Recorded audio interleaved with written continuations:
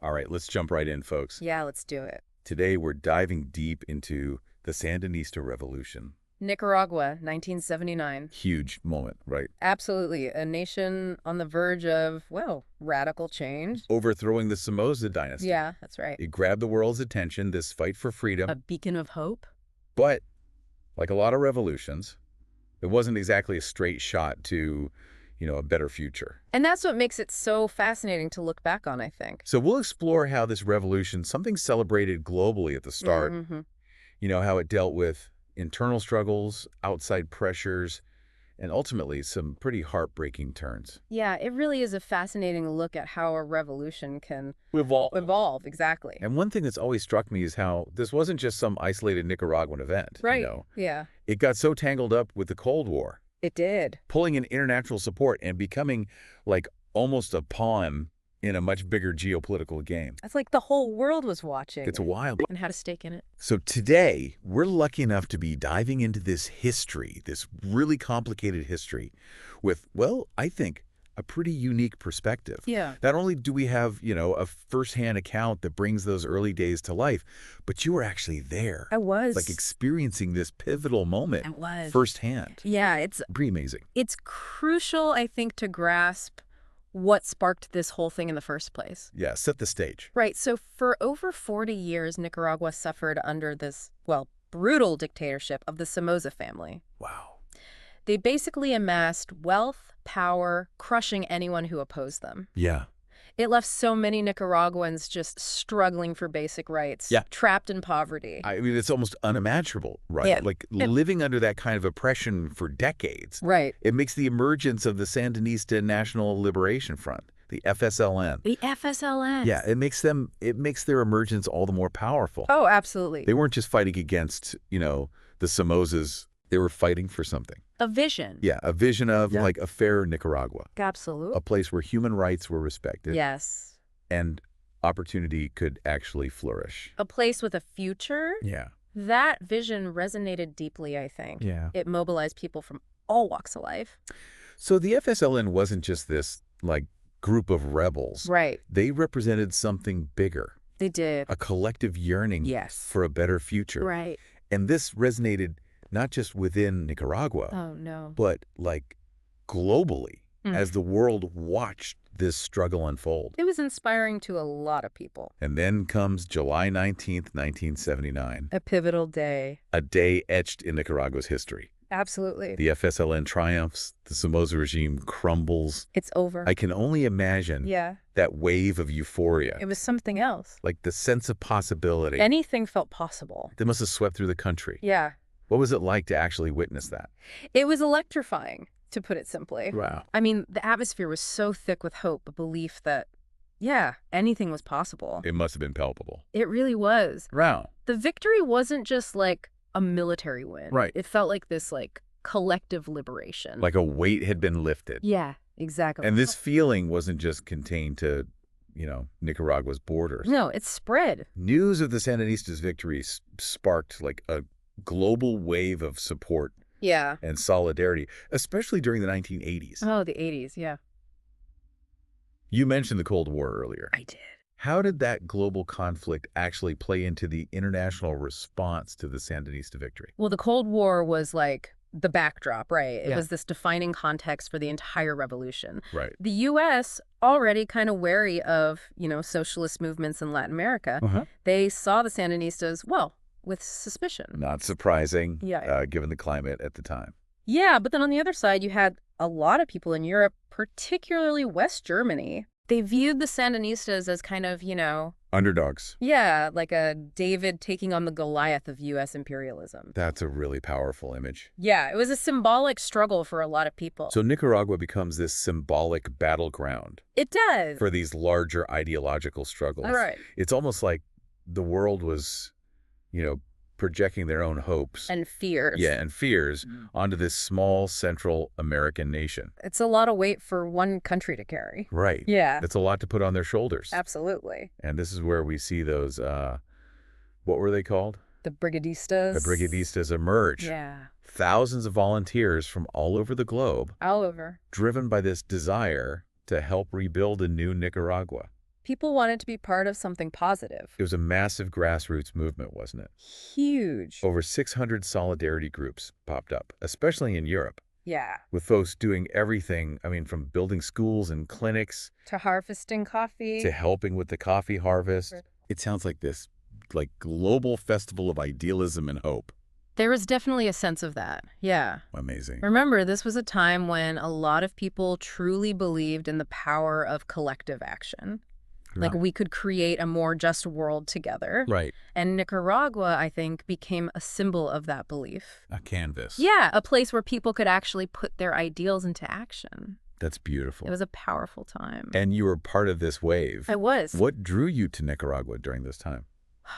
The energy was contagious. Uh-huh. It felt like a chance to be part of something truly historic, something meaningful, contributing to building a new society based on, equality, justice. Yeah. Those were values that resonated with me. So you're on the ground floor of what felt like a new era. Yeah. It must have been an incredible experience. It was. What were some of the things that the Sandinistas actually implemented in those early years? Well, they did a lot. They were really ambitious. Yeah. They launched literacy campaigns, really striving to empower people through education. Wow. Access to healthcare expanded. There were land reforms. They even nationalized banks, seizing assets from the Somozas to, redistribute wealth. Wow. There was a genuine effort to create a fairer society. It sounds like a period of, radical change. It was. And just immense hope, a nation buzzing with energy. Yeah, there was this feeling of possibility in the air. But as we know, revolutions rarely follow a straight path. That's true. Were there signs, even back then, of the challenges that were to come? Looking back, yes. Definitely. What kind of signs? Well, for one, the FSLN itself wasn't this totally unified group. Interesting. There were internal divisions, different ideas about how the revolution should unfold. And externally, of course, the Cold War was casting a longer and longer shadow over Nicaragua. It was always there, looming. So the seeds of future conflict, internal and external, are already being sown, even in those heady early days. It's often how it goes, unfortunately. And the U.S.'s initial attempts to, engage with the Sandinistas, they were starting to sour, weren't they? They were. What happened? Well, the election of Ronald Reagan in 1981, that was a turning point. Okay. Reagan, he saw the Sandinistas as a Soviet proxy, Uh-huh. a threat to U.S. interests in the region. Right. And that perception had huge consequences for Nicaragua. Yeah, shaped the course of the revolution.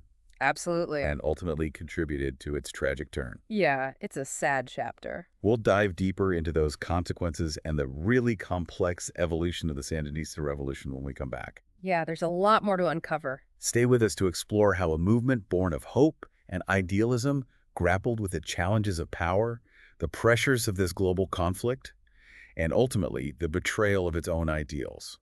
It's a story that continues to resonate today. Yeah, it really does. It's a reminder that revolutions are never simple. And the path to a better world is rarely a straight line. That's for sure. Welcome back to our deep dive into the Sandinista revolution. Picking up where we left off. We were discussing the growing internal divisions within Nicaragua and that increasingly hostile stance of the U.S. under President Reagan. Right. How did that shifting landscape impact the global solidarity movement? It created a lot of unease and, for many, a real moral dilemma. Yeah, I can imagine. Imagine dedicating yourself to supporting this revolution, for freedom and justice, only to then see the very government you're backing exhibiting these, authoritarian tendencies. Like the rug was pulled out from under them. Yeah, in a way. That dissonance must have been so hard to reconcile. It was. Did it lead to fractures within the solidarity movement itself? Oh, absolutely. Really? The debate raged within solidarity groups, those city partnerships we talked about.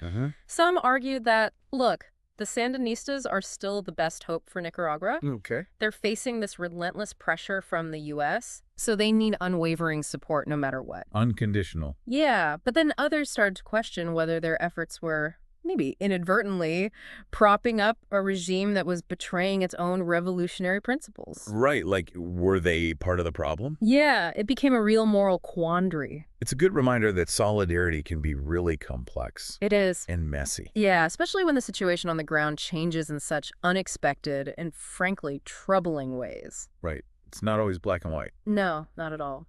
Did this internal debate play out in the projects you were involved with? Oh, constantly. Wow. It was a source of a lot of tension. I bet. Remember, a lot of us were drawn to Nicaragua by this shared belief in human rights, social justice. Mm-hmm. To see those principles being eroded by the Sandinista government, it was deeply unsettling. Yeah, heartbreaking almost. It was. So what did you do?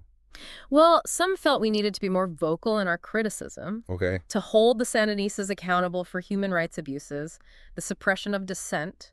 But others worried that any criticism, no matter how valid, would just be exploited by the U.S. to further undermine the revolution. Like it would play into their hands. Exactly. So you're damned if you do, damned if you don't. It felt that way sometimes. Must have been an agonizing position to be in. It was a tough time. Caught between your ideals and the increasingly troubling realities on the ground. Yeah, that's a good way to put it. And all of this was happening against the backdrop of a brutal war, wasn't it? Oh, absolutely. The U.S.'s support for the Contras, the anti-Sandinista rebels, Right.